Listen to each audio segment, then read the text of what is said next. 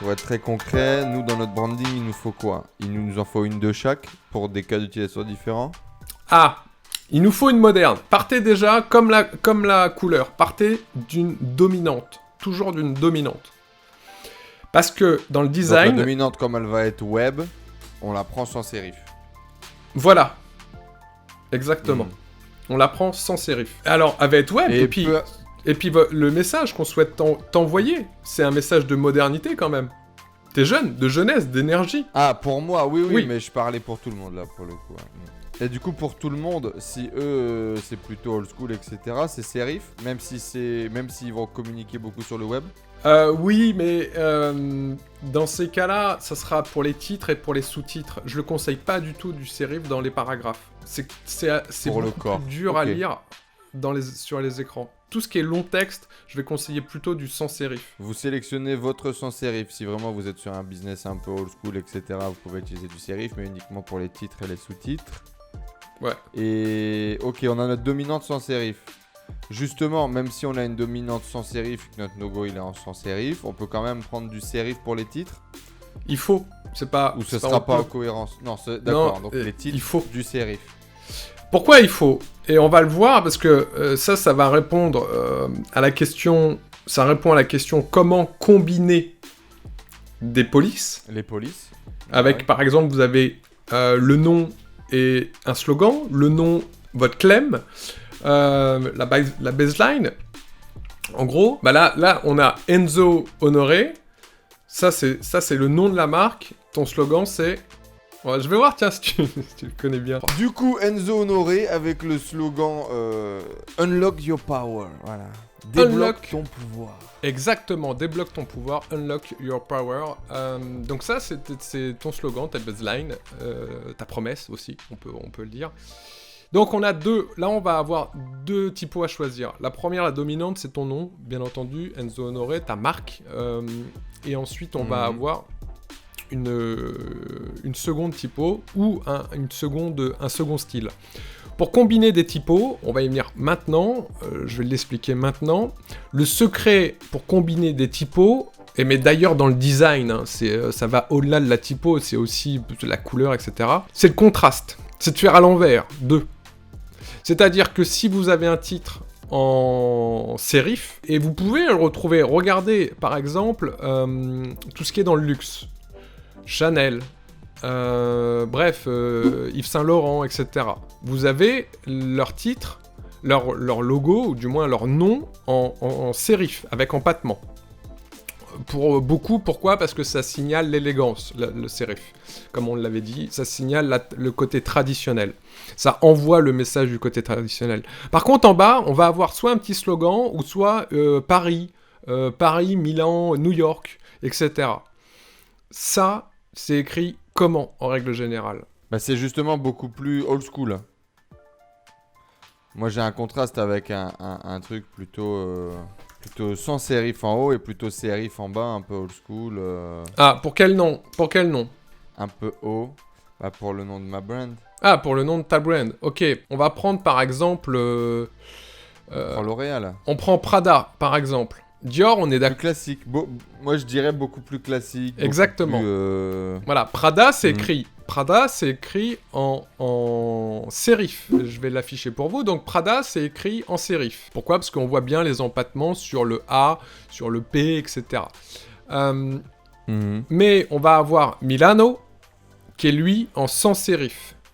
Alors que on est dans le traditionnel. Pourquoi? Tout simplement parce que pour combiner deux polices, il faut du contraste. Alors le contraste, vous allez le générer comment? Plusieurs propositions. Soit avec des familles de polices complètement différentes, opposées, donc une sérif et une sans sérif, ou l'inverse, une sans sérif et une sérif.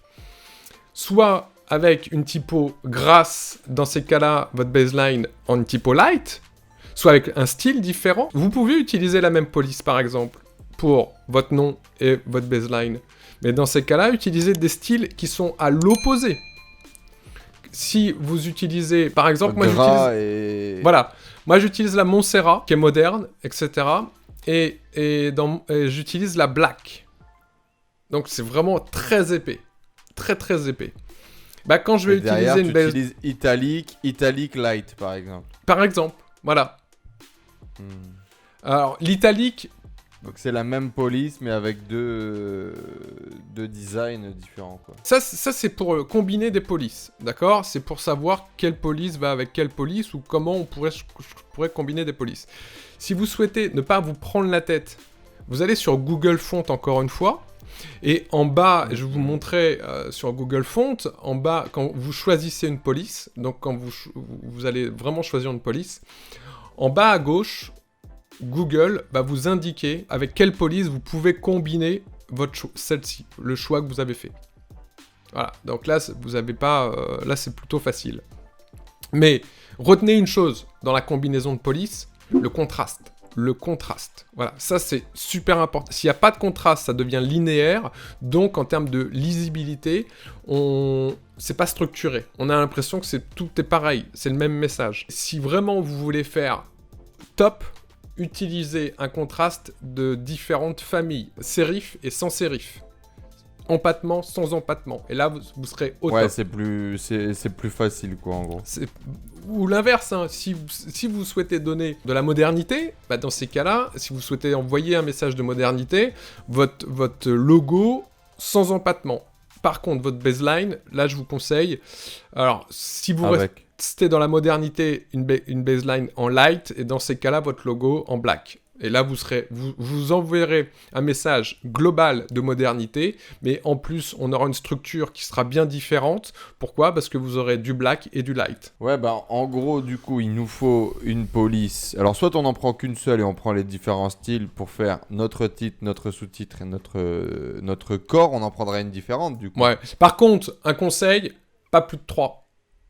2, c'est top. 3, on est au max. 4, c'est le grand max, pour pas commencer à ça faire dégage. Un Picasso, quoi. C'est ça. Ok, donc en gros, on prend une sérif pour nos titres. Par exemple, on fait le logo en sans sérif. Par exemple, logo sans sérif, modernité, jeune, etc. Sérif pour nos titres. Sans sérif, peut-être de la même famille, peut-être un autre style de sans sérif de notre titre pour notre corps. Non, faut faire une différenciation.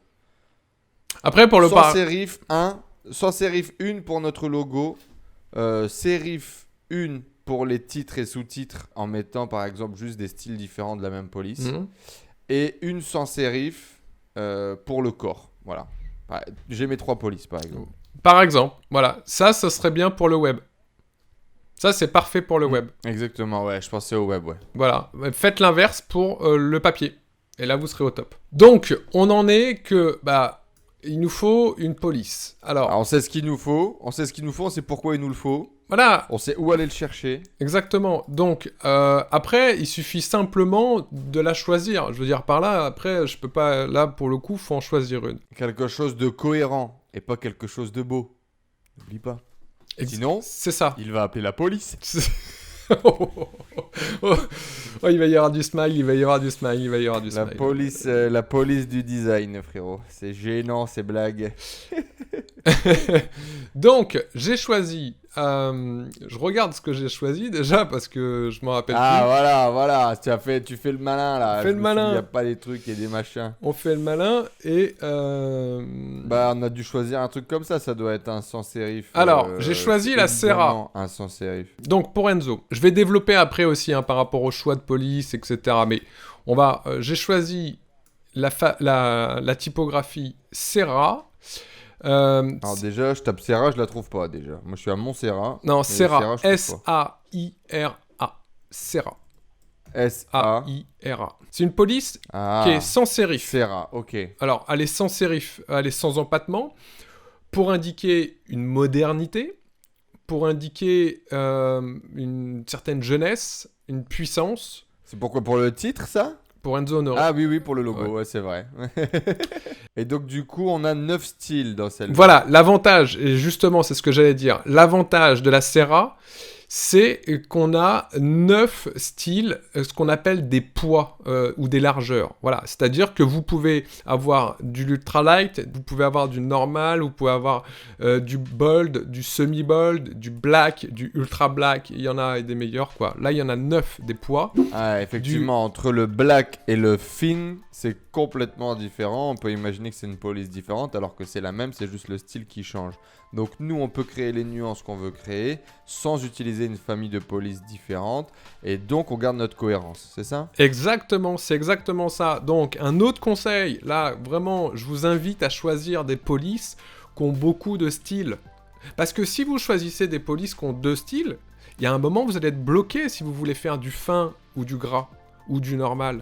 Alors que si vous choisissez une famille de police qui a énormément de styles, par exemple moi pour mon logo j'ai choisi la Montserrat, pour le logo d'Enzo on a choisi la Serra, qui s'écrit pas du tout pareil, hein, qu'on soit d'accord. La Montserrat c'est voilà, Mont S-E-2-R-A-T, alors que la Serra pour toi c'est la S-A-I-R-A. L'idée c'est d'avoir une police avec beaucoup de styles. Au moins minimum 4-5. 4-5 minimum. Voilà, ça c'est important. Donc, en plus, la Serra, elle va disposer, donc comme on l'a dit, de beaucoup de styles, mais elle dispose de beaucoup de largeur. C'est-à-dire que vous pouvez avoir une police condensée, c'est des polices qui sont condensées, voilà, où quand on écrit, ça prend pas une grosse largeur sur l'écran. Et là, vous allez aussi avoir plein de styles dans la Serra sur condensed, ultra condensed, semi-condensed, etc. Donc sur la largeur que peut prendre une police sur un écran ou sur du papier. Ça, c'était important. Pourquoi j'ai choisi cette police ? Parce que dans le logo, que vous verrez plus tard, mais dans l'idée... Bientôt. Dans l'idée, en fait, et quand on verra les formes... l'idée, c'était d'avoir une forme sur la verticalité. Et vous verrez pourquoi la verticalité. Ce que ça indique, la verticalité, la ligne verticale. Et je pense qu'aujourd'hui, si vous voyez justement les vignettes YouTube d'Enzo, si vous voyez plein de choses, vous allez voir plein de lignes, voilà, avec la couleur orange. C'est normal. Ça a été choisi exprès. Et dans la Serra, on a un haut. Généralement, le haut, il est... il est rond ou plus ou moins ovale. Là, le haut de la Serra, il représente presque... Il est carré. Voilà, presque, un rectangle vertical. Et c'est justement pour rappeler cette verticalité que la Serra a été prise. De plus, elle fait partie de ce qu'on appelle la super famille. Et pour des super-héros... Je trouvais que la super famille, c'était quand même super adapté. Je sais pas ce que vous en pensez. Elle représente, en fait, la Serra, elle va représenter en termes de valeur, on parlait des valeurs, elle va représenter la force, pourquoi elle est grasse, elle est lourde, la grandeur, parce que justement, elle est en verticalité, et elle va être dans la continuité de la forme du logo. Là, du logo, je parle, qu'on ne voit pas à l'heure actuelle encore, mais c'est l'idée. Voilà. Ensuite, on a Unlock Your Power. C'était une Open 100. Alors, une Open 100, c'est vraiment une typo qui est très classique, qui est moderne.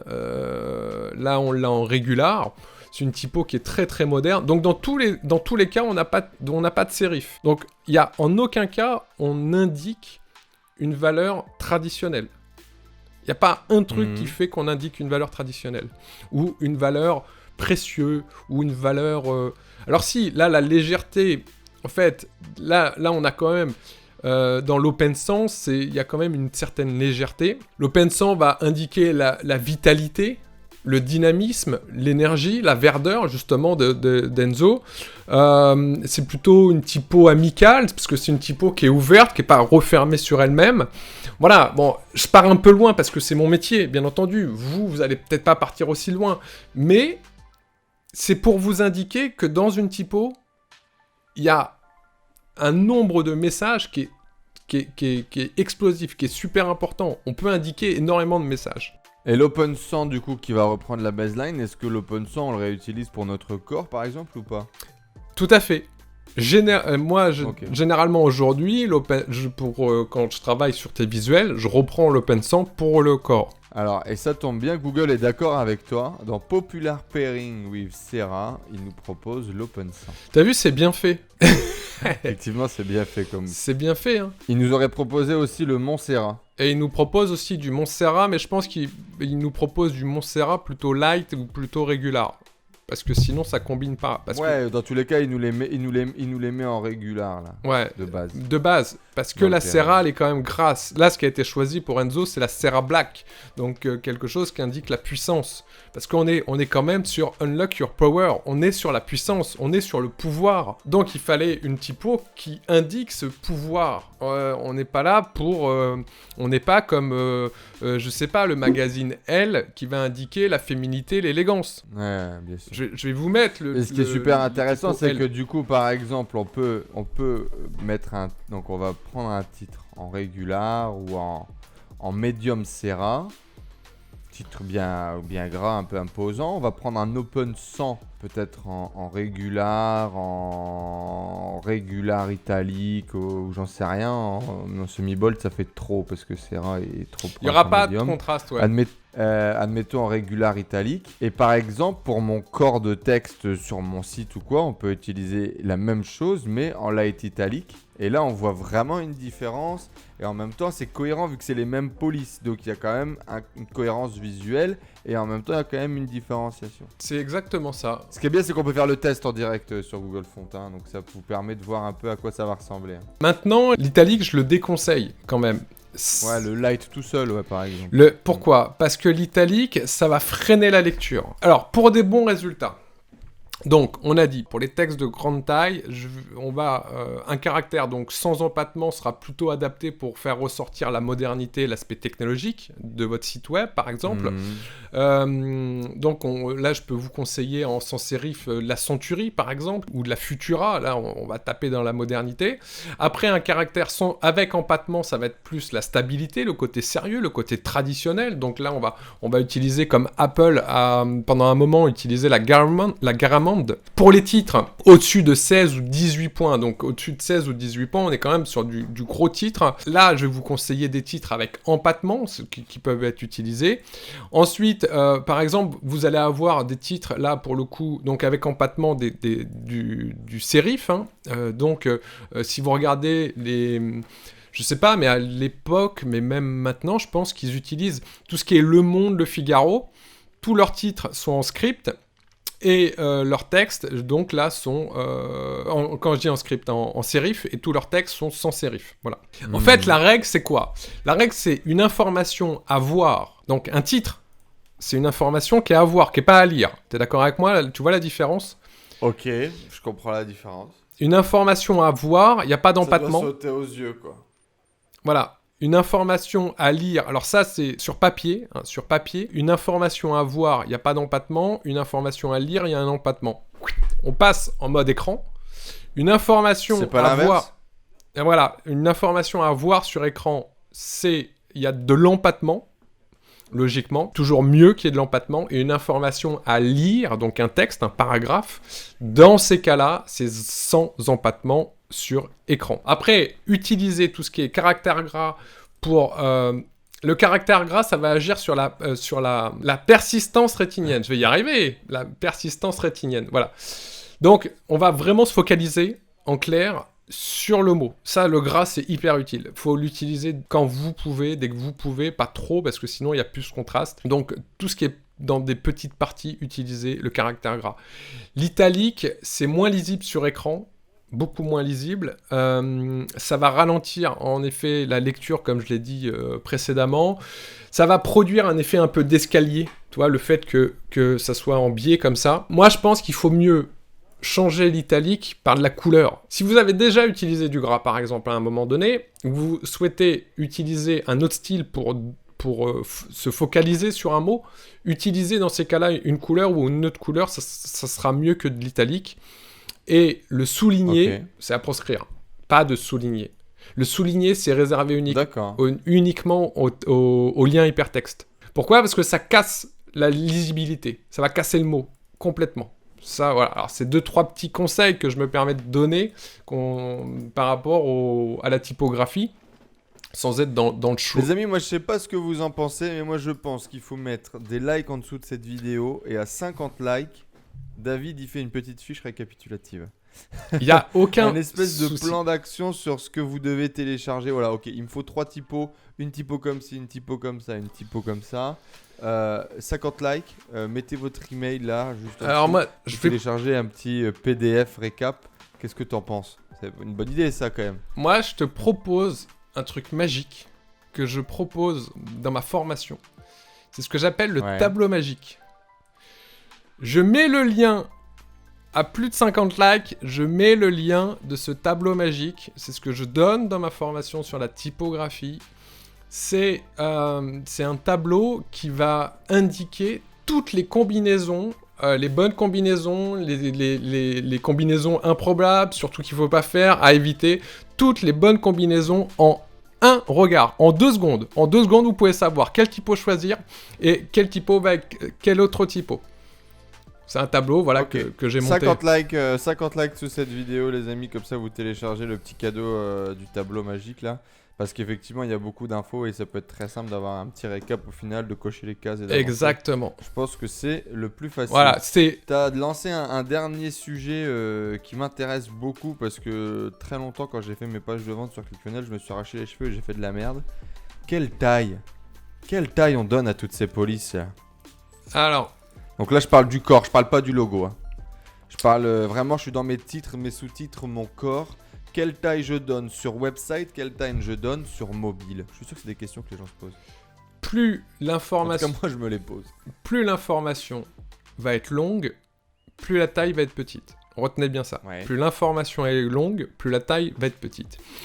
Vous pouvez Il y a une hiérarchie, on est d'accord. Ouais, vous pouvez par exemple, pour mettre une citation, c'est une phrase logiquement, une petite citation, parce que vous avez des citations de... Voilà, mais une petite citation, vous allez rester sur une phrase, vous pouvez la mettre en super gros, dans une zone de texte sur un site web. On le verra très prochainement, je l'espère, sur le site web, le nouveau site web d'Enzo, justement, il y a des citations et qui sont bien mises en avant et qui donc sont grosses, voilà, en termes de taille de texte.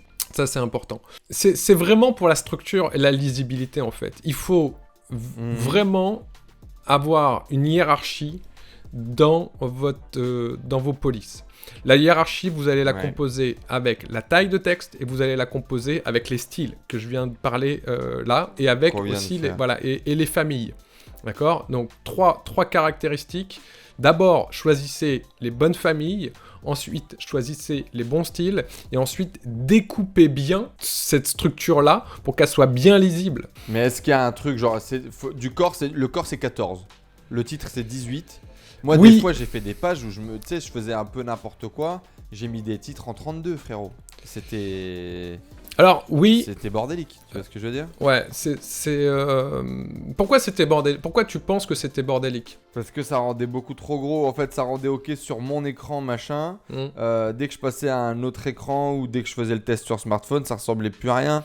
Et donc, au final, je me suis retrouvé avec un truc complètement alambiqué parce que des fois, j'avais pas les mêmes tailles sur les titres du haut que les titres du bas, que les titres du... Tu vois?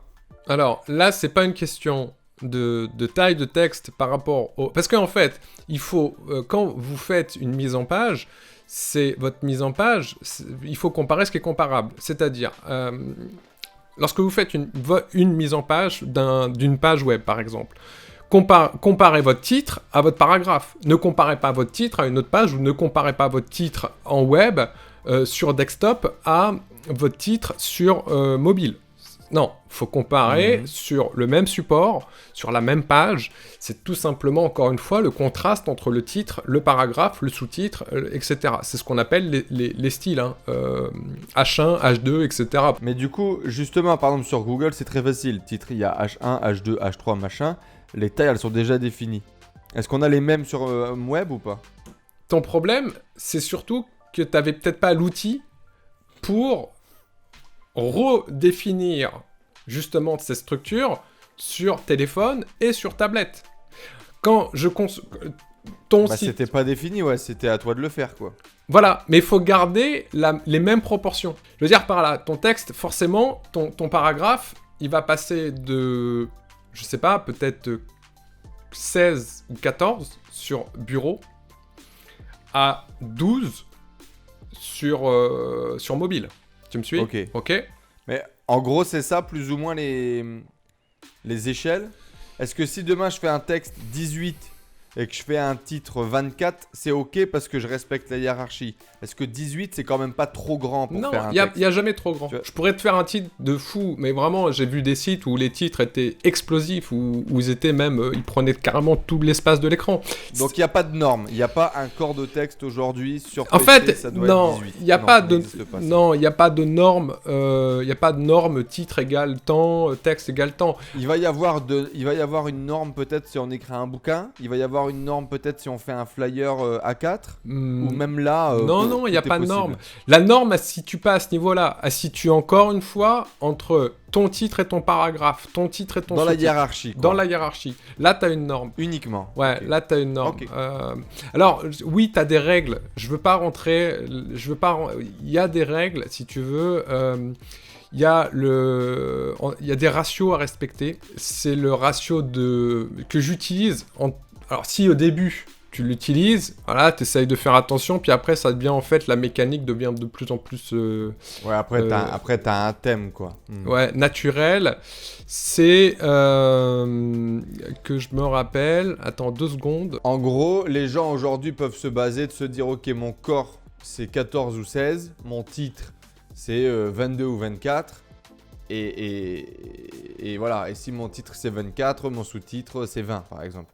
On pourrait dire 24, 20, 16. C'est ça. C'est une hiérarchie qui est OK. Voilà, H1, H2, texte, tu peux avoir H1, H2, H3, tu peux avoir après paragraphe, tu peux avoir citation, tu peux avoir... Et nous, on s'en définit 3-4 comme ça, on définit la taille des polices, on garde toujours les mêmes et il y a le là. Ouais, c'est ça. Pour répondre à ta question... Enzo, sur est-ce que justement il y a une méthode par rapport à la structure, à la hiérarchie dans une page? Oui, donc déjà on va avoir le H1, H2, H3, etc. Et après, si vraiment tu veux que ça ait un impact au niveau visuel, tu veux que ça soit naturel au niveau visuel, sur aussi bien ton bureau, ton écran de bureau, que ta tablette, que ton téléphone. Dans ces cas-là, je t'invite vraiment, et je vous invite à respecter le ratio d'or. Le ratio d'or qui est un ratio de 1,618. Alors, vous n'êtes pas obligé de taper exactement 1,618, parce que de toute façon, si vous tapez ça pour une typo de 18 et que vous multipliez par, ou vous divisez par 1,618, vous n'allez jamais tomber sur un chiffre entier. Donc, juste, l'idée, c'est quoi? C'est de respecter ce ratio et prenez... Qui correspond, frérot, au nombre d'or, hein, la suite de Fibonacci. On est dans les mathématiciens. C'est ça, voilà. Le cercle des mathématiciens a disparu, là, aujourd'hui. Au départ, je me forçais à le faire. C'est-à-dire que si, par exemple, j'étais en 24 pour mon titre en bureau, dans ces cas-là... Tu divises par 1,6. Voilà, mon H2, mon sous-titre, je divisais par 1,620, par exemple. Et je prenais l'entier. Je me forçais à faire ça. Aujourd'hui, parce que je me suis forcé longtemps à faire ça, aujourd'hui, ça devient naturel. Je vois naturellement, justement, la taille qui va correspondre au mieux à l'œil. Mais si vous ne savez pas au départ, et si vous voulez vraiment faire un truc top, utilisez le ratio d'or. La suite de Fibonacci, 1,618. C'est une super méthode. Je check rapidement qu'est-ce qu'ils ont fait sur Google. Pour voir un peu. Si on fait un titre 1 sur Word, titre 2, titre 3, titre 4. Ouais. Ce qu'il nous propose, c'est 26, 16, 14, 12. C'est bien. On est dans les bons ratios. Si on fait paragraphe, test classique. Alors, je suis en Arial. Important, à mon avis, quand même, de le préciser. Ouais, donc là, basique. Je suis en Arial. En normal, c'est du 11. Titre 4, c'est du 12. Titre 3, c'est du 14, titre 2 c'est du 16, titre 1 c'est du 26. Je trouve que c'est plutôt cohérent et c'est plutôt pas mal. 26 en gros titre, hein. Par contre, c'est pas du titre de paragraphe, hein. Là, on est dans du titre de page. Ouais, c'est du titre de page. Voilà, là, on est dans du titre de page, c'est cohérent, c'est normal, c'est pas mal, non on peut même faire beaucoup plus, hein, mais le ratio est bon, en fait. Là, on parle de ratio, justement. Et je pense qu'il doit correspondre un peu... J'ai pas vérifié, mais je pense qu'on doit être pas loin du ratio d'or. Donc déjà, bon, on a vu l'intérêt, voilà, on a vu les familles, en gros, parce que, alors, moi, je vous ai indiqué 5 familles, mais justement, on parlait des formations que je propose, des familles, il n'y en a pas 5 en vérité, là, c'est pour vous simplifier la tâche. Des familles, en fait, on a 2, juste comme ça, parce que je suis sûr qu'il va y avoir des graphistes, des gens pointilleux, des experts qui vont venir en disant, voilà, non, on est d'accord, la classification, il y en a 2, on en a 2, la classification Thibaudot, donc ça c'est la première classification qui comprend 4 familles, là on est vraiment à un niveau un peu plus expert, hein, et une classification Vox-Atypi qui est composée d'une dizaine de familles, pas d'une dizaine, de 10 familles exactement. Voilà, 2 classifications qui ont été établies avec des années...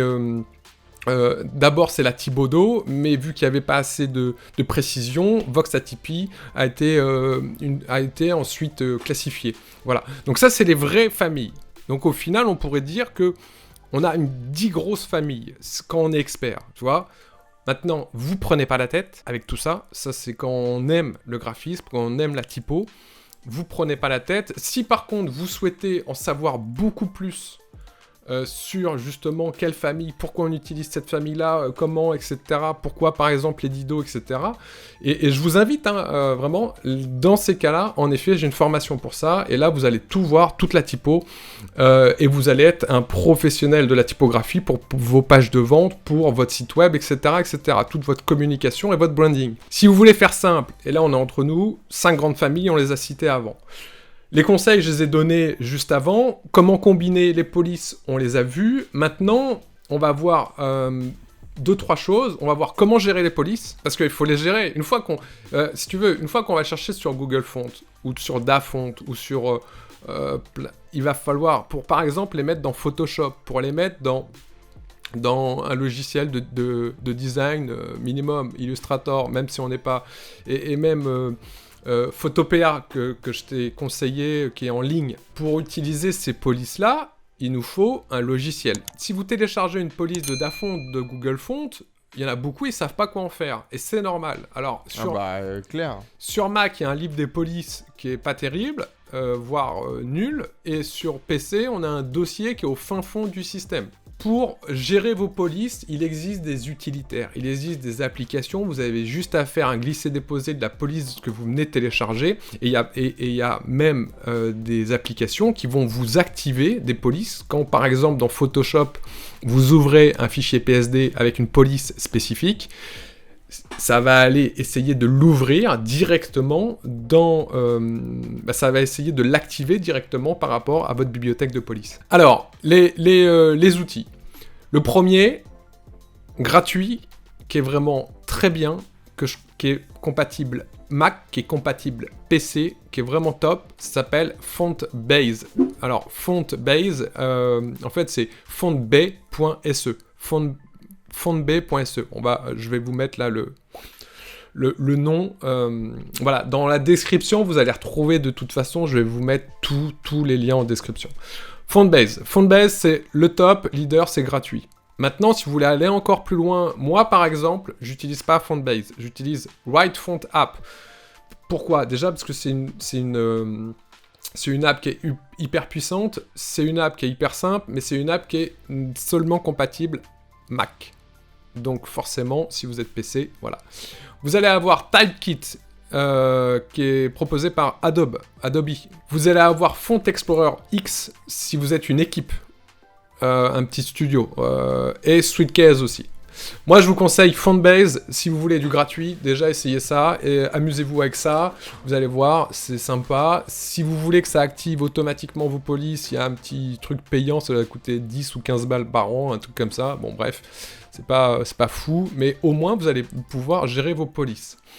Ensuite, comment détecter des polices ? Ça, c'est une question qu'on m'a souvent posée. Je m'explique. Par exemple, ici, je le montre ici à la webcam, je vais le montrer sur... voilà. Ici à la webcam, on a 2 styles de police. On a une sans sérif et une sérif. Et là, on voit la combinaison d'ailleurs. On voit bien la combinaison. On voit bien qu'on a utilisé une sans sérif et une sérif. Là aussi. Voilà. Pourquoi ? Pour le contraste. Je me dis, tiens, cette police-là, de l'auteur Simon Sinek. Je voudrais retrouver la même, comme je voudrais retrouver la police de Nike, comme je voudrais retrouver la police de n'importe quoi. Tiens, j'ai un stylo là, dessus il y a marqué Office, je voudrais retrouver la même pour plein de raisons. Vous allez avoir. Est-ce qu'il y a un logiciel? J'imagine qu'il doit y avoir un logiciel. Tu envoies une photo et il te sort la police, non? Ouais. Soit une photo, soit une capture d'écran. Et il retrouve la police. Google? C'est un truc de Google, ça, non? Il y en a plein. Il y a Typekit, qui est proposé par Adobe. Voilà. C'est en ligne. Il y a What the Font, parce que What the Font, en fait, c'est un petit outil de font.com qui vend toutes les polices du monde. Donc, vous avez... C'est What is the Font, d'ailleurs. C'est What is the Font. Je vous mettrai le lien aussi. Et là, vous mettez la capture d'écran ou une photo. Voilà. Vous avez Matchrator. Vous avez Adobe Capture CC. Ça, c'est énorme. Si je vous conseille ça, moi, j'utilise Adobe Capture CC. C'est quoi? C'est une micro-application d'Adobe qui est gratuite. Donc, je répète, Adobe Capture CC. C'est une petite application. Vous shootez n'importe quoi. Les typos qui ressemblent le plus à la typo que vous avez shooté. C'est énorme. Voilà, c'est comme ça que je fais. J'avais adoré ça quand ils ont sorti des applications comme ça pour savoir quel pinard t'es en train de boire. Ouais, franchement, c'est un gain de temps de fou. En fait, pourquoi? Parce que souvent on dit je voudrais la même police que lui ou la même police que ça, etc. Ouais, c'est ça, en mode inspiration. Et ça, franchement, je pense que ça mérite que tu fasses une petite vidéo à part. Hein. Une petite vidéo à part. Dites ce que vous en pensez, là, d'ailleurs, les amis, dans les commentaires. Mais franchement, une petite vidéo tuto très simple de 5 minutes. Comment retrouver les typos que vous voyez. Tu mets en place un petit truc de mise en scène. Voilà, tu veux ce truc-là, hop, tac, tu prends. C'est clair. Tu fais la photo. Tu fais un petit tuto très simple avec les outils. Je suis sûr que c'est. Ah, mais il y a plein de personnes qui m'ont demandé. Peut être recherché et qui peut aider les gens. Ah ouais, pour gagner du temps, c'est forcément... voilà. Et sinon, dernière astuce, pour détecter les polices facilement, dans Photoshop, vous avez une fonctionnalité pour ça. Pour le coup, si vous la souhaitez, mettez en commentaire et je vous indiquerai exactement, je ferai un tuto dans Photoshop, parce que Photoshop, aujourd'hui, il y a beaucoup de personnes quand même qui l'ont, même si on n'est pas graphiste. Voilà. Est-ce que toi, tu l'as, Enzo, par exemple, Photoshop? Bah, j'ai Photoshop installé sur mon ordi, ouais, alors je m'en suis servi pour faire des trucs à la con, genre mettre un cadre autour d'une photo. Bien sûr, mais tu l'as, voilà. Je suis pas très doué, mais je l'ai, ouais, parce que des tu fois, l'as c'est pour simple quand même d'utiliser Photoshop pour faire genre du détourage, tu vois. Ouais. Je trouvais que c'était plus facile de détourer avec Photoshop qu'avec un autre outil ou des choses comme ça. Donc, je vous indiquerai, je vous ferai une vidéo si vous souhaitez savoir comment détecter une typo d'une image, de n'importe quelle photo, de n'importe quelle image, par Photoshop. Il y a une fonctionnalité pour ça. Quand on n'est pas du métier, on la connaît pas forcément, donc il n'y a aucun souci, ce sera avec plaisir. Voilà, pour tout, on a indiqué, donc, je vais montrer ton logo, là, à l'écran. On va l'incruster. Ça y est, on le montre. Alors, c'est pas tout à fait ton logo. Parce qu'on n'a pas la forme, en fait. C'est la typo. C'est la typo, c'est Enzo Honoré, c'est Unlock Your Power. Donc là, on voit le contraste entre Enzo Honoré et Unlock Your Power. On voit le contraste entre le black et le light. On voit le contraste entre le bleu foncé, donc une couleur foncée, et le gris clair. La base, c'est le contraste, et il va rester cette fameuse forme.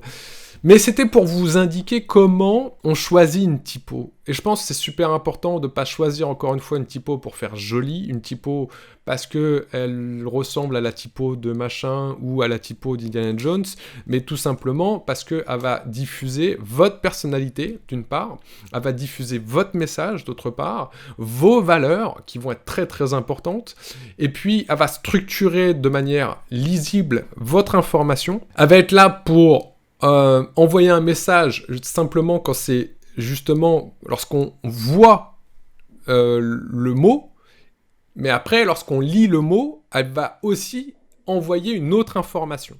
Donc il va y avoir plein d'informations comme ça, il va y avoir plein d'étapes où à chaque fois on va, de manière naturelle, de manière consciente, on va décoder finalement avec vos valeurs. On a vu que on avait des grandes familles qui étaient utilisées pour la lisibilité aussi, que ce soit pour écran ou pour papier. et que la méthode, c'était vraiment de contraster avec différentes familles les choses. C'était un aperçu pour choisir une typo. Encore une fois, moi j'en ai fait... Petit aperçu ouais, de 1 heure. J'en ai fait une formation de à peu près 8 heures, donc forcément voilà, on apprend plus de choses, on apprend à manier tous les outils, etc. On gagne du temps. En fait, l'idée c'est quoi ? C'est que quand tu connais ces méthodes-là, tu vas gagner du temps. Parce que moi, au départ, en tant que graphiste, quand je faisais un logo, vu qu'il existe des dizaines de milliers de polices, des fois, je me perdais pendant 3-4 jours juste au choix de la typo. Tu vois ce que je veux dire ? Parce qu'il y en avait tellement... Quand tu sais pas quoi faire, quoi. Ça, c'est quand tu sais pas quoi faire, c'est ça que t'as dit ? Ouais, quand tu sais pas par où commencer, quand tu sais pas comment t'orienter, quand t'as trop de possibilités, quoi. Ben voilà, quand il y a trop de possibilités, et surtout quand on n'a pas de méthode, quand on n'a pas de structure, quand on se dit, oui, je veux faire joli, en fait, encore une fois. Donc, je vais tout essayer pour savoir comment ça rend joli ou pas. Et puis, à un moment, quand on perd trop de temps, on se dit, non, stop de faire joli, on veut faire pertinent déjà, on veut envoyer le bon message. Et dans ces cas-là, on commence à appliquer des méthodes, on commence à appliquer des choses qui fonctionnent tout de suite. Et là, on a un gain de temps de fou. Donc aujourd'hui, quand je conçois un logo, bien entendu, je sais tout de suite où aller, je sais tout de suite quelle famille chercher, par rapport à la stratégie. Et c'est pour ça qu'il est important au départ de commencer, encore une fois, sur une stratégie, sur vos valeurs. Voilà, est-ce que tu as d'autres questions, Enzo ? Ouais, moi je rappelle à tout le monde, du coup c'est 50 pouces bleus pour avoir cette fiche récapitulative, parce que bon, un épisode d'1h20 avec des trucs à réaliser, c'est pas forcément toujours facile. David a dit qu'il vous donnerait son tableau magique pour bien justement vous rappeler les différents points, taille de police, typologie de police, quand les utiliser, pourquoi les utiliser. Bref, 50 likes sous cette vidéo, je pense que c'est un outil qui peut être très très utile. Et puis comme on l'a vu, la police crée le contexte. Et créer ce côté professionnel, ce côté cohérent dans le contenu. Enfin, j'ai quelque chose de carré et voilà, c'est top, c'est ce que je voulais, quoi. Donc tu vas pouvoir maintenant, à partir de maintenant, choisir toi-même tes polices et comprendre comment tu vas choisir. Je vais surtout répliquer le modèle que tu as fait. Ouais, non, bien sûr. Tu vas être cohérent dans le choix des polices, ça, je suis d'accord. C'est ça, mais en tout cas, effectivement, demain, si je devais le refaire, j'aurais certainement une vision un petit peu différente, ne serait-ce qu'en comprenant maintenant à quoi correspond sérif sans sérif, et en connaissant cette vision famille de police et style de police à l'intérieur, je serais capable de faire quelque chose de cohérent pour n'importe quelle marque que je lancerai demain. Ouais, ça, je pense. Ouais, parce qu'on n'a pas montré, mais je pense qu'on pourra le montrer. On ne l'a pas, d'ailleurs, je ne sais pas si tu l'as utilisé encore. On a choisi, au final, je suis en train de penser à ça, on a choisi 3 polices pour toi, parce qu'il y a une police qu'on a choisie dans la famille de la manuscrite. On a choisi une autre police, juste pour vous dire, pour la signature d'Enzo. Je vous parlais de signature de photographe tout à l'heure, pour signer justement quand il y a du rédactionnel. Voilà, ça a été imposé, c'est dans la charte graphique. Dès qu'il y a du rédactionnel, à la fin, pour avoir une signature, on a choisi une typo manuscrite et comme si c'était Enzo qui signait, quoi. Parce que c'est compliqué de... Dans le côté proximité, dans le côté humain, toutes les autres valeurs qui correspondent au manuscrit. Connexion, humain, etc. Et par exemple, je sais que ça, tu pourras le réutiliser, parce qu'aujourd'hui, c'est ce que tu utilises. T'as fait une lettre, me semble-t-il, pour ton livre, qui est magnifique, qui est super, qui est une très bonne idée. Et dessus, là par exemple, on va utiliser la signature et on pourrait l'utiliser à peu près partout. Voilà, c'est juste... en bas des emails, en bas des textes. Ah, est-ce qu'on l'a pas utilisé sur le site à la fin de la propos, par exemple ? Non, mais ça donne des idées. Je me pose la question. Mais vous le verrez très bientôt. Ouais, vous verrez le site très bientôt. Je l'ai envoyé il y a pas longtemps à quelqu'un, la signature. Ah. Je ne sais plus à quel prestat je l'ai envoyé. Ok. Super. Et je lui ai demandé de l'intégrer quelque part, mais je ne sais plus où. Bon, super. Non, mais... On avance en tout cas. Ouais, voilà, voilà. Donc là, on avance sur ton identité visuelle, au fil des épisodes. On a ton nom, on a la couleur, on a les typos. Il va rester la forme, les formes. On a spoil un tout petit peu sur les formes. Le choix des formes, pareil, les formes indiquent des valeurs, les formes indiquent des adjectifs, les formes indiquent votre histoire. Ne choisissez pas un logo rond pour dire c'est magnifique, il est rond. Non, on a des formes, ça indique plein de choses, les formes. Et là, il y a eu un choix qui a été très très précis par rapport aux formes et justement à la déclinaison de toutes ces formes. Donc on verra ça dès la semaine prochaine. Et on finira le logo, du coup, il y aura le logo final. Il y aura le logo final, exactement, et ensuite on pourra enchaîner sur la charte graphique, sur la cohérence de la charte graphique, etc. Et ensuite sur les réseaux sociaux, sur l'e-commerce. On a encore beaucoup de choses dans le branding. Le branding, ce n'est pas juste le logo. Encore une fois, le branding, c'est vos valeurs, le branding, c'est toute la communication que vous faites de manière cohérente, cohésive, ça va ensemble, voilà. C'est très très important, je le rappelle encore une fois. Merci pour cet épisode, Enzo. On se donne rendez-vous dans un prochain épisode, les amis. C'est quand le prochain première? Comment? C'est quand le prochain première? Prochain première en direct. Mardi à 19h. Mardi à 19h, je serai là, vous pouvez vous poser vos questions en live, voilà, et... dans le précédent épisode, vous pouvez gagner une formation sur les couleurs, et certainement dans les prochains épisodes, vous allez aussi pouvoir gagner une formation sur les couleurs ou la typo, etc. Je verrai selon vous ce que vous souhaitez aussi, mais restez connectés, abonnez-vous, restez branchés. Merci beaucoup David, à très bientôt les amis dans un prochain épisode. On vous rappelle 50 pouces bleus pour récupérer la checklist de cet épisode sur les typos. Ciao, ciao, bye. Ciao, merci à vous, ciao.